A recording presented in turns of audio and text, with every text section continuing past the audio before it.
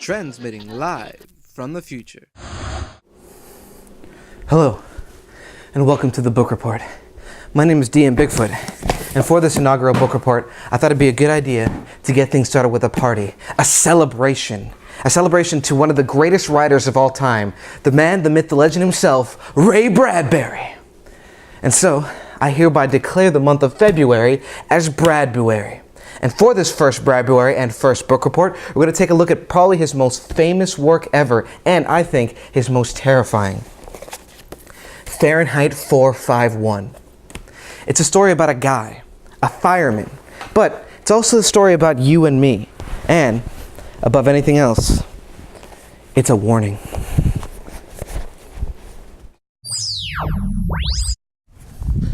So quick summary. Fahrenheit 451 is about a man named Guy Montague, a fireman in the indeterminate future. A future where everyone is happy and the same, except for certain antisocial ne'er-do-wells and their dangdable books. So, it's up to the firemen to find these books, these sources of dispute and conflict, and to burn them. They burn them to ashes and then burn the ashes. That's their motto. And Guy Montague is, for all intents and purposes, a perfect citizen. He burns books, he doesn't question authority, he follows all the rules to the letter, and he likes it that way. Until one day he meets a girl named Clarice McClellan. Now she's a curious girl. She doesn't indulge in the wall screen, she doesn't spend her days with her ears covered by the seashell radios. She watches and listens and talks. And she asks Guy a very important question. Are you happy? This leads him to dangerous places. He begins to read the books he's supposed to burn. He hurts the people closest to him. And he eventually becomes one of those antisocial miscreants. So, before we go any further, I think there's something very, very important you should all know about Ray Bradbury. He loved books. Like, I love books too, but not the way Bradbury loved books. I mean, he felt a genuine kinship with stories and their writers that is, I think, unique. He himself said in the afterword to Fahrenheit 451, "I've spun more stories, novels, essays, and poems about writers than any other writer in history I can think of." He literally has a story, I'm not kidding about this, where writers and their characters escape to Mars because of growing censorship on Earth. I mean, Edgar Allan Poe is there with like Shakespeare and Hamlet and Tiny Tim and Charles Dickens, and they're on Mars hoping that people don't come in their rocket to impose more censorship. That story is called The Exiles, by the way. It can be found in his story collections R for Rocket, The Illustrated Man, and his wonderful collection of hand-picked favorites, Bradbury Stories. So, because he was such a lover of stories, Ray Bradbury hated censorship with a capital H. So it makes a lot of sense that a man like Ray Bradbury would write a story like Fahrenheit 451, especially in the time that he wrote it. I mean, he was living in the McCarthy Red Scare America, where what you were reading could literally be dangerous.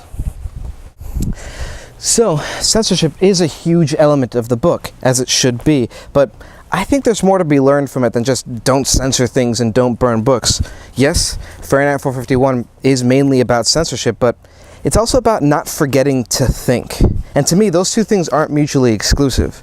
You see, the dark dystopian future the book takes place in was not brought about by some totalitarian regime or some cataclysm. It wasn't black bag government agencies that started to burn books. It was us, you and me. We made the world this way. I mean, Faber sounds better to me. Faber, an old man that helps Montague out later in the book, was an English professor before they started to burn books. Now, he wasn't fired from his job at the university because we started to burn books. He was fired because of lack of students and patronage. He said the public stopped reading of its own accord. Now, why would we do this? Why would we, as a society, make this silent agreement to collective ignorance that the people of Fahrenheit 451 seem to have made? Because it was easy.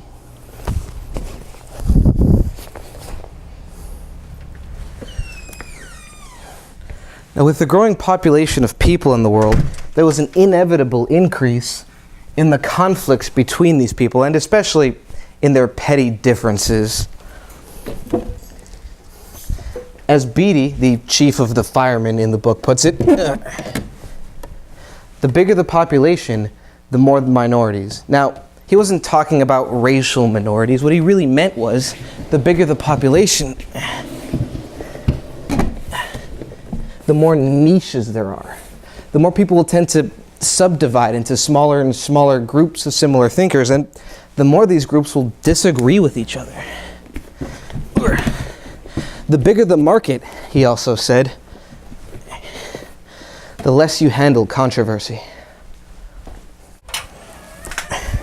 So, in a world of vastly increasing conflict due to what can really be described as petty differences, people just stopped trying. They rejected what was different just because that was easier than trying to accept it, and this trend spread throughout the nation.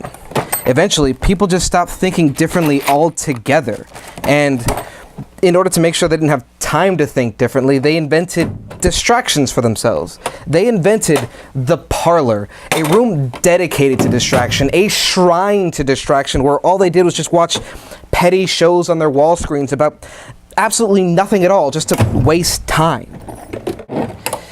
Give the people contests they win by remembering the names to more popular songs, or the names of state capitals, or how much corn Iowa grew last year.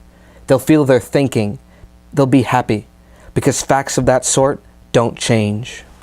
It was much easier to reject our differences, to burn them to ash, than to find a way to settle them.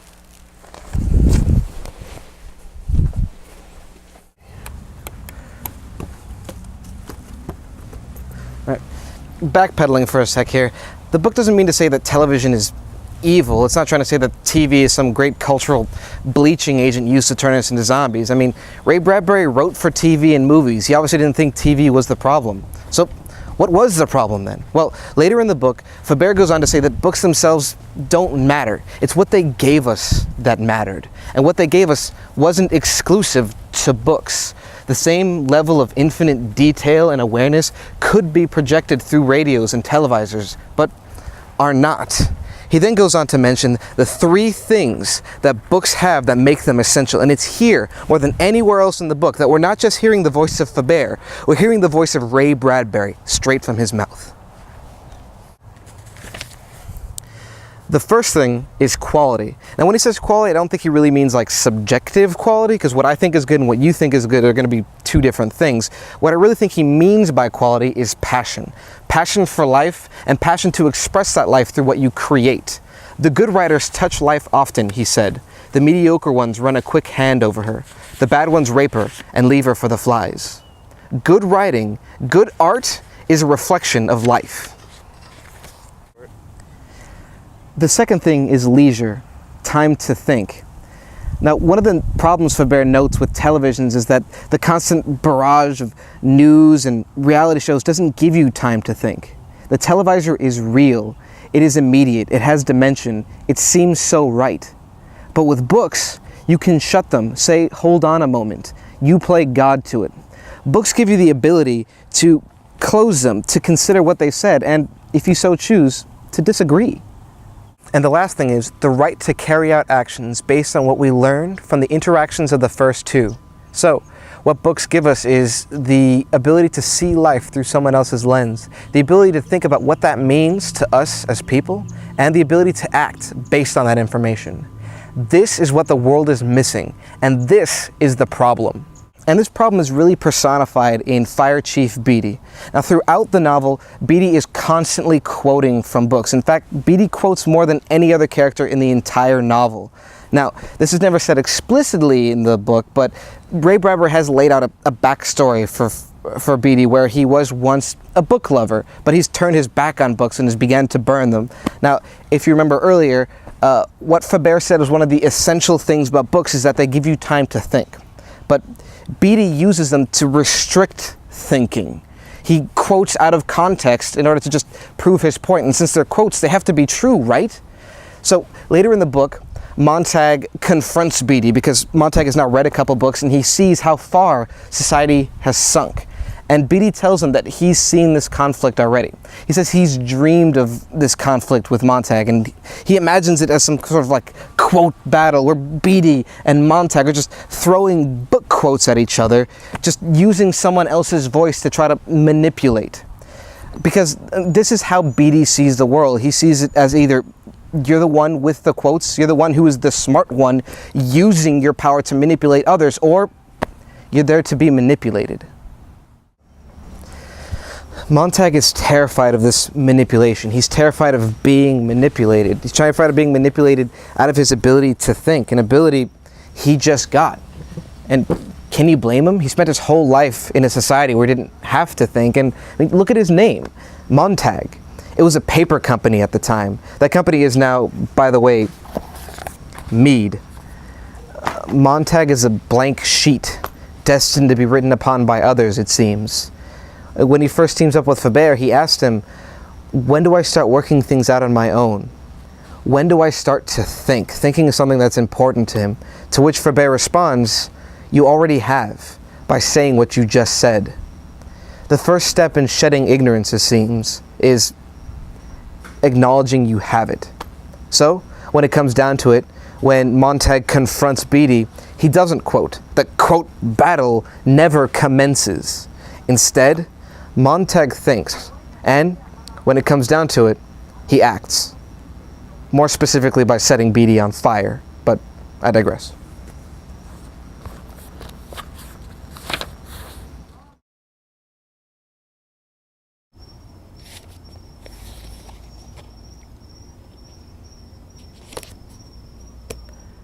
So, I believe Fahrenheit 451 is still, 60 years later, as important a book as when it was written.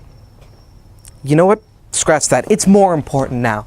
Because now we live in the world Bradbury was describing.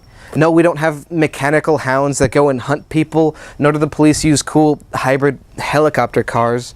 But the parlor he described does exist. I have one in my house. You probably have one in your house. And that's fine. The book is not an indictment of television, nor is it an indictment of government regulations. It's an indictment of us.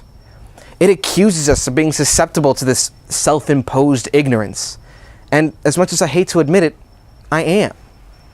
When it comes time for me to write or do anything really that involves a lot of thinking, it's much easier for me to just watch another episode of Mythbusters on Netflix. And that struggle between complacency and thought is central to Fahrenheit 451. It warns us not to get caught in the gray existence of ignorance and complacency. But it also teaches us that no matter how far you live in that existence, doesn't matter if you're glued to Netflix or a fireman or whatever, you can always emerge from the ashes. Thank you for watching.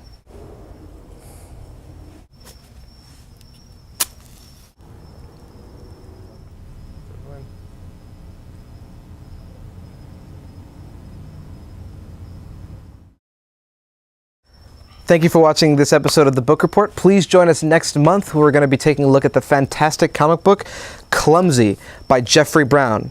And please note the parental advisory, not for kids, not safe for work. Steamy stuff. Thank you again for watching.